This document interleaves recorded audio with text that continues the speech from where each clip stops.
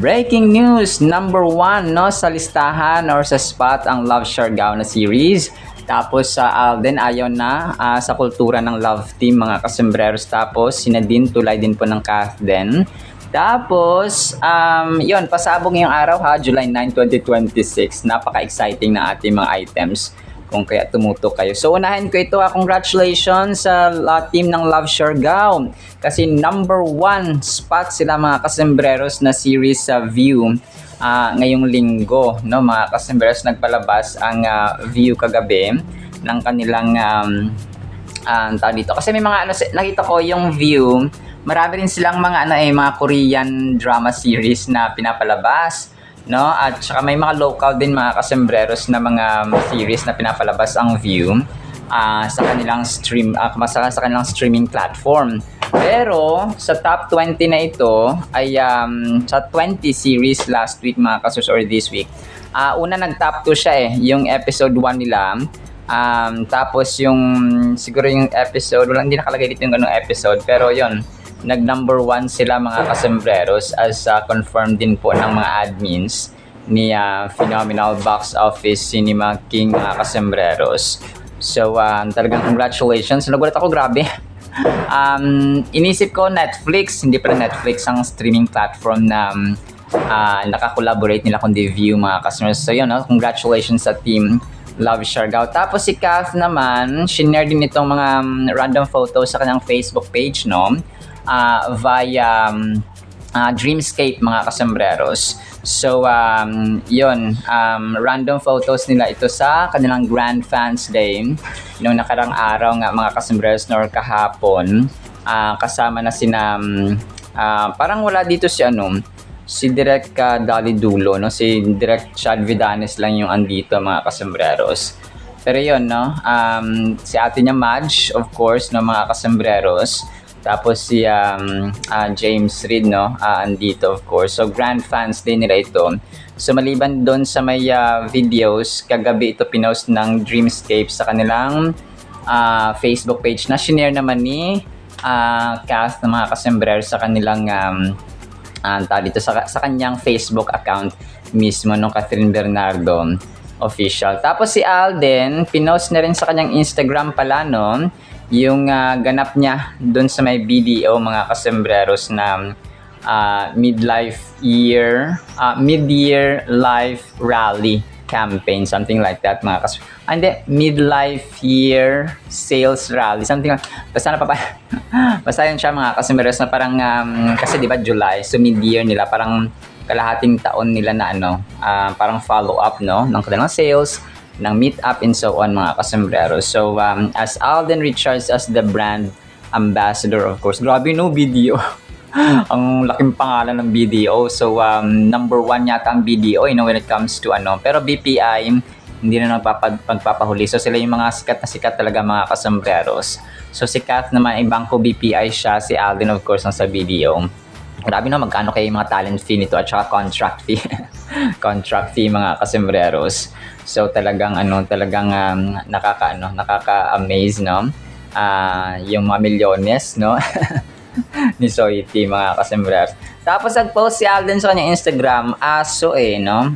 Husky yata ito, if I'm not mistaken, na aso mga kasembreros. So wala naman siyang quote or parang dito, wala siyang sinulat na notes or letra or words. Ito lang, na picture lang ng husky yata ito mga kasembreros na aso, no? Alam naman natin na for daddy si Phenomenal Box Office Cinema King mga kasembreros. Tapos yun, parang nag-post na isang admin ni Kath, no, or sa Dream Escape actually ito, HD picture ni na James at Kath mga kasembreros. So una pa nito nila nasampa sa ASAP mga kasembreros, na parang pinakaunang performance nila sa ASAP Live mga kasembreros. So naka-brown dito si Kath, no, at saka parang na-repost lang na isang admin kanina mga kasembreros. So parang recall lang ng pinakaunang performance as Kath Reid, na mga kasembreros ni na James Reid at ni Kath mga kasembreros. Tapos Yun, si Nadine, no, ay, ang tawag dito, parang, na-mention kasi dito ni, ni Nadine yung, parang about love team, no, noon mga kasembreros. So, parang yun yung culture. So, parang naisip ko na si Alden din ay parang ayaw na rin, no, ng kultura na gano'n na love team, tapos maghihiwalay, tapos ma-heartbroken yung mga tao o mga fans, mga kasembreros. So, dito, parang nagkaroon pala siya kahapon ng parang press con mga kasembreros ng team or fandom ni Nadine mga kasembreros.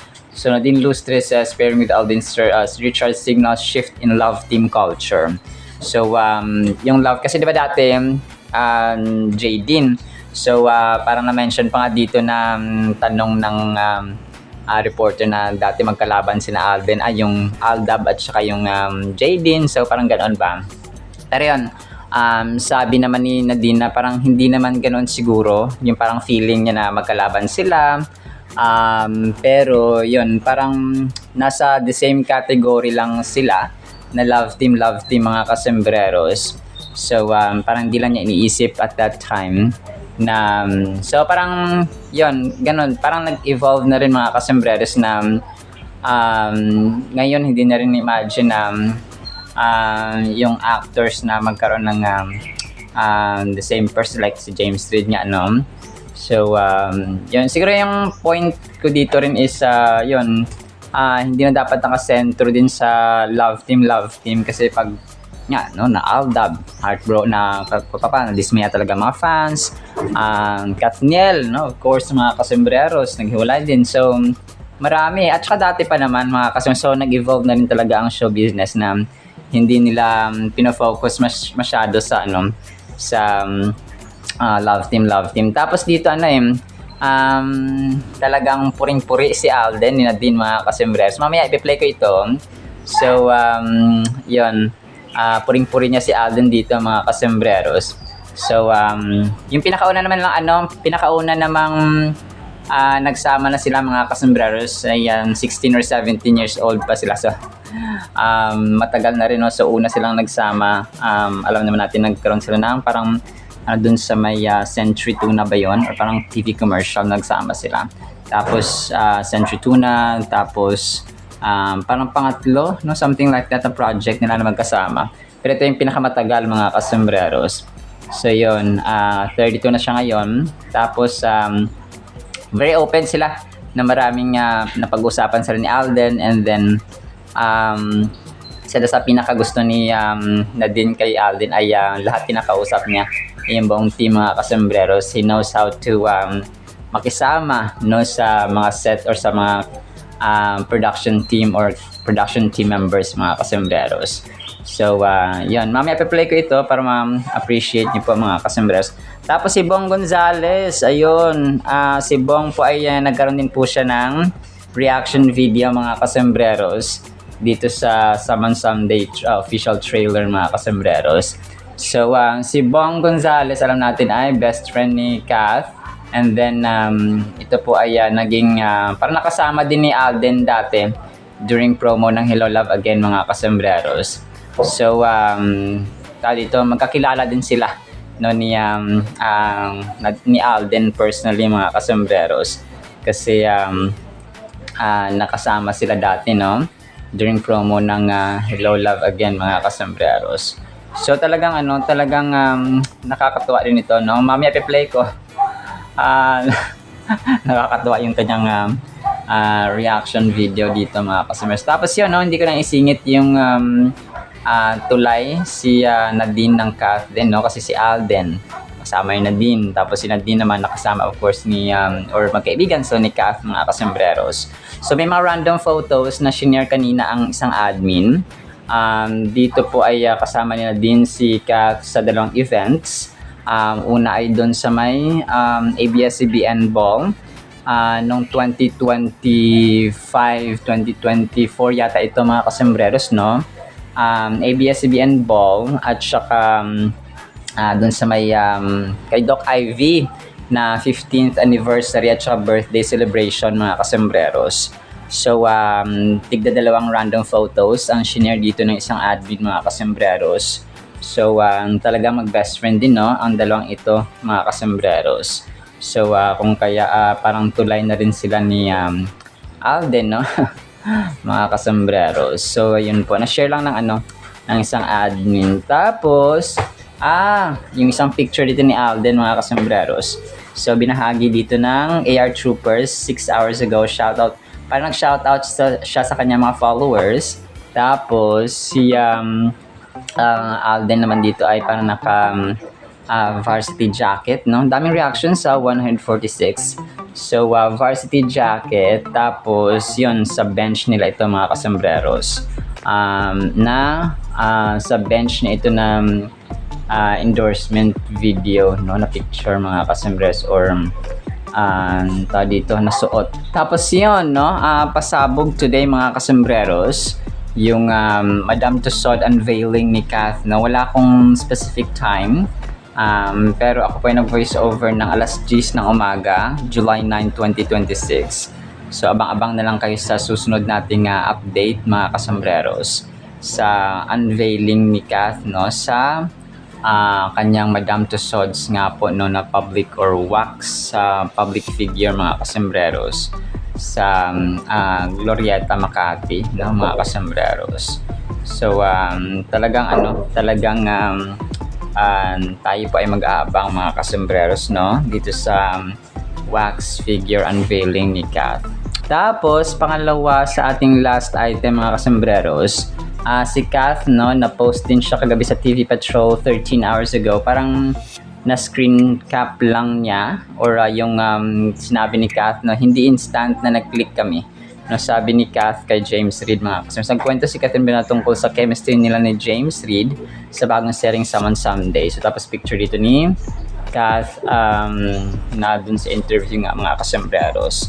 Tapos, yun, last item natin, ang panalangin ni Paps Alden mga kasembreros. Sabi niya, Dear God, thank you for this new day and the gift of the life. Help me to, or the gift of life, help me to walk in faith, not fear, trusting that you are with me in every step. Calm my mind when anxiety rises and remind me that your peace is greater than my worries. You will keep in perfect peace those whose minds are steadfast because they trust in you. That's Isaiah chapter 26 verse 3. Ang ganda, no? Help me to love well today, to listen more, speak kindness, and reflect your character in all I do. Strengthen me to stay faithful in the small things and keep my heart fixed on you above everything else. In Jesus' name, Amen. So, Amen in the Amen, no? Paps Alden. So actually naman sa ating Kath din items, i-play ko po itong mga videos natin pong papakinggan, and then ang salita ng Panginoon na sobrang mahalaga sa ating buhay. Keep safe, ha. Mag-ingat pala tayo, no, kasi nga dito sa bagyo na nararanasan ng ating bansa, pero sa awa ng Panginoon dito sa amin ay makulimlim lang, walang hindi apektado ng bagyo masyado. Pero sa mga affected areas ay let's pray for God's protection sa atin pong lahat. So yun po, ha, pakinggan po natin ang salita ng Panginoon. Isang pinagpala at safety na araw po sa ating lahat. Sir, hindi ko siya naisip. Kasi parang during that time, love teams were such a big deal. And it was such a big thing na parang pag nag-switch, parang mabubunaw yung mundo. Ganun yung pakiramdam nung time na yun, especially for the supporters. And you know naman that they're all very passionate about their respective love teams. So hindi ko naisip. Pero ano naman siya, parang hindi ko lang siya nag-isip at that time. But now, you know, being able to do it, it kind of makes sense. Kasi hindi ko din naman ma-imagine, you know, celebrities or actors being stuck with the same working with the same person. Parang yun, like what I said earlier, parang walang bagong flavor yung projects if it's the same people over and over again. Yeah, I believe, but you also did a shot of film in Paris, I believe. So what can you share about parang with Paula, with director? Siguro end of the year na. End of the year ba? We'll get to that. Okay. Ayan. Sobrang sarap niya po ka-work. Actually, si Alden kasi hindi ko po siya first time makatrabaho. I guess up to this, yung ganito katagal. Before po kasi normally endorsement shoots lang or endorsements ganon. The very first time I worked with him was, I think, nasa Pop Girls pa po ako noon. So, baka 16 or 17 years old po ako noong time. 32 na po ako ngayon. So, that was the first time that we worked together. And, ano siya, as in, ang namin napag-uusapan, hindi siya mahirap pakisamahan. And one of the things that I really loved about him is that lahat kinakausap niya. Yung buong team kinakausap niya. He knows how to, parang kaya niyang makisama, nakikipagpiruan siya, gano'n. And everything about him is just so light. Tapos ang sarap niya ka-work kasi very collaborative siya. Pag may mga scenes kami, parang pinag-uusapan talaga namin, uy, bakit? What do you think ganito yung reaction ni Ja? Or why do you think, ano bang pwedeng daw? Parang hinihimay namin yung mga eksena namin. Thank you, Nadine. Ayan na! Someone Love someday! is supposed to be the most beautiful thing that can happen to you. Yes, I agree, Be Diva created, Sor. not just an application. Yes. Para mahanap nyo ang inyong Community the of one. women na maghahanap ng pagmamahal. Yes, yes, yes! You know? Ayun. Ayan. Someday, Ay! Ayun siya! first I finally found my Prince Charming. Ay, sana ko may Prince Charming. for you. Yun naman pala eh. Ay! Ayun no, mga Salvador. Huwag mo naman akinin yung akin. Oh! Saan mga Salvador? Catherine? Malapit na. Ang pagmamahal ay ibibigay lang natin sa tamang tao. Yes! By Chad Truly I say, yes! Dolly Directed Dooley. by Direct Chad and Direct Dolly. what are friends for? Kinikilig ako. Someone someday. Premieres this July 27, Ayan! 8:45 Pumiyok p.m. pa. Someone someday, July 27 na nga po, 8:45 p.m. Pero see it first on Netflix sa July 24. And sa I Want July 25. Ayan, malapit na. Iba na yung kaba ko. Sorry. Kailangan natin ng Word of God na ito mga kasembrers. Ang title natin ay Kapayapaang Ginto. Bakit kaya no? John chapter 14 verse 27. Peace I leave you. Jesus Christ ito nagsasalita mga kasembreros. My peace I give to you, not as the world gives do I give to you. Let not your hearts be troubled, neither let them be afraid. So napakaganda mga kasembreros noon. Si Lord Jesus Christ po mismo ito nagsasabi mga kasembreros sa atin na kasi kapayapaan, sinabi ko itong kapayapaang ginto mga kasembreros kasi para sa ibang tao ay napakahirap no makamtan ng kapayapaan, especially kapag naghahari ang gulo no ang away mga kasembreros sa loob ng tahanan. Talagang masabi mo na napakaginto, kung paano parang diamante no, at napaka seldom, napaka rare, at parang mahirap makamtan ang kapayapaan or peace sa loob ng tahanan. But here comes Jesus Christ, nag-offer sa atin mga kasembreros ng kapayapaan na siya lamang ang makakapagbigay sa ating buhay. So yung peace of mind, yung peace sa ating paligid, no, especially yung pagkakaroon talaga natin ng peace of mind na na-stress man tayo pero hindi siya nagtatagal, na-anxious man tayo pero hindi siya nagtatagal, nag-worry man tayo pero hindi siya nagtatagal mga customers, because we have Jesus Christ na nagbibigay sa atin ng kapayapaan. So alam nyo, talagang sa ibang tao, mahirap mamuhay at saka mahirap stay sa bahay nila kasi naghahari ang gulo, naghahari ang away mga kasembreros, naghahari ang trouble ba. So parang konting pitik lang, away agad, no? Konting kibot lang, away agad. So parang ganun ba? Kung kaya sinabi ko dito na, and na-realize ko na talagang ginto, no? Parang gold mga kasembreros kung ituturing natin ang kapayapaan sa ating tahanan, sa ating isipan, kasi maraming tao sa mundo ay naghari ang away mga kasembreros, at saka of course no yung yung minsan hindi nakakatulog because yun nga no, talaga maraming iniisip no, litong-lito, gulong-gulo, at saka worry mga kasembreros, or worried dahil nga maraming problema sa buhay because hindi nila, ang sikreto kasi doon mga kasembreros ay si Lord Jesus Christ talaga. Okay? Marami mga tao na pupunta sa gantong lugar, pupunta sa gantong destination, pupunta sa gantong tourist spot for example, pero hindi nila alam na ang totoong kapayapaan minsan ay nasa loob lang ng ating tahanan. Nasa Biblia lang siya mga kasembreros at sa panalangin. Hindi mo kailangang gumastos. Kasi kung ang kapayapaan ay kung ang kapayapaan ay dinudulot ni Lord Jesus Christ ay kailangan pa ng pera every time, ay parang expensive siya no mga kasembreros, to the point na gagastos ka.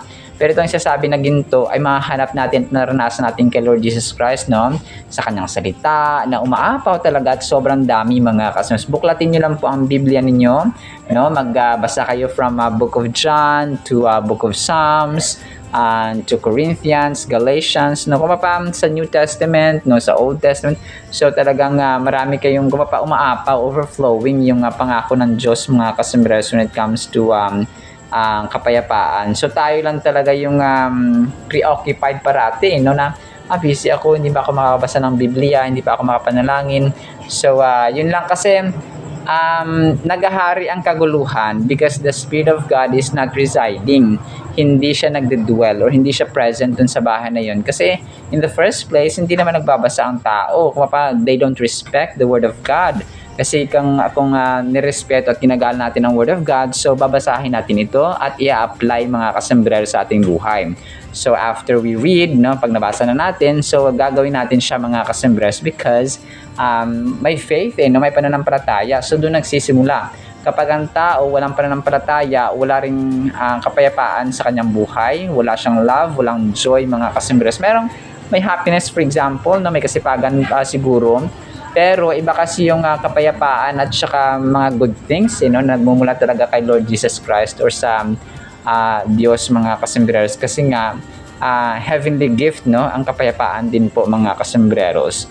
So, pansinin natin yung mga taong talito Kristiyano, yung malalalim sa Lord mga kasembreros. Matagal na silang may relationship kay Lord mga kasembreros. So makikilala mo sila the way they talk. So parang ano lang yan parang yung kung ang tatay mo ay may pananampalataya sa Diyos, yung nanay mo may pananampalataya sa Diyos, ikaw may pananampalataya sa Diyos. So pag kayo ay nasa bahay na, so maghahari ang kapayapaan because may pananampalataya kayo, no? Kung a family that prays together stays together. Kung ang buong pamilya ay may pananampalataya, so lahat kayo or kumaga pa maghahari ang kapayapaan sa loob ng tahanan because lahat kayo ay may time sa Biblia, no? Lahat kayo ay may time sa panalangin, no? Sa pag-a-apply ng salita ng Diyos, ang sinabi ng Diyos na magmahalan kayo. Kasi doon naman nagmumula ang kaguluhan Doon nagmumula yung absence ng peace mga kasembreros. Ang peace na kasi na ito, na kahit may problema tayo ay lumalaban tayo, may dahilan tayo para maging masaya, may dahilan tayo para maging mapanalig pa rin sa Diyos at nagtitiwala sa Kanya mga kasembreros. May dahilan pa rin tayo para maging masipag, no, at saka mangarap mga kasembreros because yun ang Diyos, no, mga kasembreros, no, talagang may rason tayo and God is giving us the reason mga kasembreros na magpatuloy, maging ganto, maging ganyan sa pamamagitan ng kanyang salita at sa kanyang kabutihan mga kasembreros. So tayo lamang po ay sobrang busy. So sobrang busy natin ay kung parang hindi na natin mamalayan na yung kapayapaan pala ay simple lang, no, mga kasembreros, manalig tayo sa Diyos, mamuhay na may kapayapaan, mamuhay na may pag-ibig sa bawat isa. So kung walang gulo, may kapayapaan, may problema man, pero may peace pa rin, kahit may storms, kahit may trials, ay buo pa ng pamilya. Alam mo yung lumalaban pa rin mga kasembreros because lahat ay pananalig sa buong pamilya. So hindi man perfecto ang ating family, yes, wala namang perfectong pamilya. That is why we need a perfect God. So ganoon siya mga kasembreros. So wag nating isipin na yung ating buhay ay walang problema, so peace na yon. So hindi po, no, peace is not the absence of trouble nor the absence of storms, but ito po ay kampante pa rin tayo, no, nananalig pa rin tayo because we have God, mga kasmas, even in the middle of our trials or circumstances, mga kasembreros, sa buhay. So dito, when we read John chapter 14 verse 27, we come across a powerful promise from Jesus to all believers. Pangako ito ng Diyos, no, mga kasembreros. This promise speaks directly to the heart of human experience. The need for peace, especially in times of trouble. Jesus was preparing his followers for his departure and all the challenges that they would soon face. He recognized that his disciples were anxious and afraid about the future. In this verse, he clarifies the type of peace he offers. It is not the superficial peace that the world provides. Instead, it is an eternal peace that provides comfort and reassurance in the face of adversity. So ito yung hindi siya shallow. Hindi siya mababaw na kapayapaan yung ino-offer ni Lord, mga kasumas. Kasi yung mga disciples nga, grabe yung kanilang kinaharap na problema. At kasi yung pananampalataya talaga nila, ito yung naging dahilan din, no, ng kanilang kamatayan. No? They did not denounce their faith, mga kasembreros, kay Lord Jesus Christ. Kahit na sila ay tipong papatayin na. No, doon mo talaga makita yung totoong pananampalataya, genuine at saka authentic na pananampalataya at pananalig sa Diyos, mga kasembreros, because hindi nila dininay si Lord Jesus Christ. Kasi yung yung deal na sinasabi ng government officials, i-deny nyo lang si Lord Jesus Christ and you will live.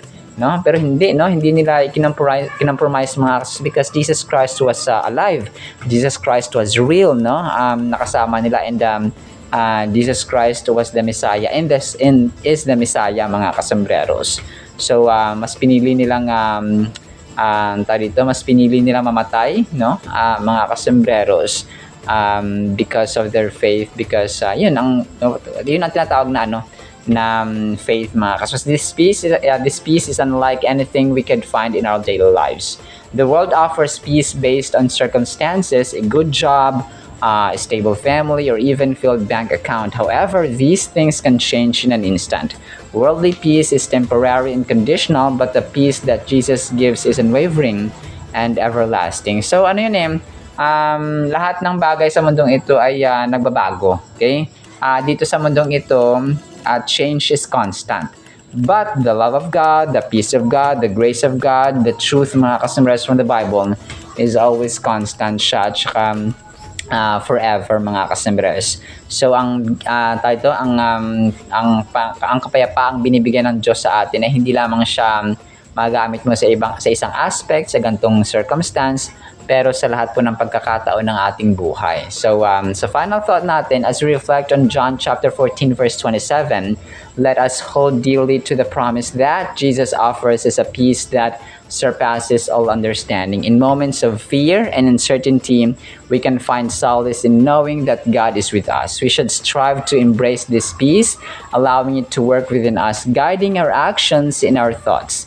Each day presents a new challenges, but the assurance of His peace can help us navigate through the storms of life. So faith talaga, no, dito rin magsisimula ito, mga sa pananampalataya. Kasi kung may pananampalataya tayo kay Lord, ay hindi tayo matitinag, no, kahit na dumaan man ang unos, ang challenge ng mga problema sa ating buhay. Alright? So kung kaya ituring din natin na ginto, no, at kayamanan, mga kasembreros, ang kapayapaan na nagmumula sa Panginoong Jesus. In the mighty, holy, sweet, magnificent name of the Lord Jesus Christ, we pray, with the communion of the Holy Spirit of the living God.